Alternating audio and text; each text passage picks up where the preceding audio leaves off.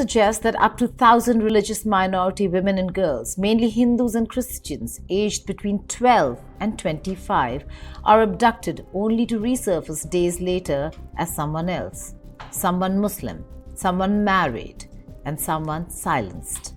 These aren't isolated incidents. They follow a method enabled by loopholes in Pakistan's legal system, protected by religious extremism, and overlooked by an indifferent state. From Sindh's dusty villages to Karachi's cramped courtrooms, minority families plead for justice. But in a country built on selective empathy, who really hears their screams? This is about power. Power over the weak, the voiceless, and the cornered. In Pakistan, where a toxic brew of religious zeal, gendered violence, and systemic neglect bubbles just beneath the surface, forced conversion has become less a crime and more a tradition wrapped in the garb of faith.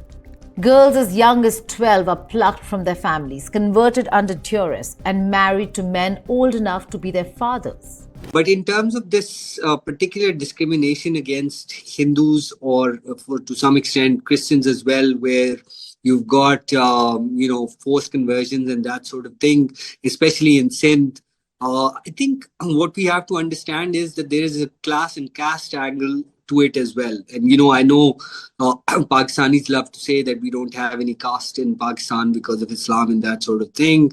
But there is that because you see, even the conversions that happen generally happen of scheduled caste, sort of Dalits and scheduled caste Hindus. You talk to a Deepak Parwani or a Devan Sachal, and they would say that everything is hunky-dory in Pakistan, with respect to Hindus. But, it's the lower caste and the, sort of the poorest of the poor who suffer this persecution. Now, as far as Pakistan's parliament is concerned, Pakistan's parliament has been trying to enact a law on forced conversions, particularly on this issue since 2019.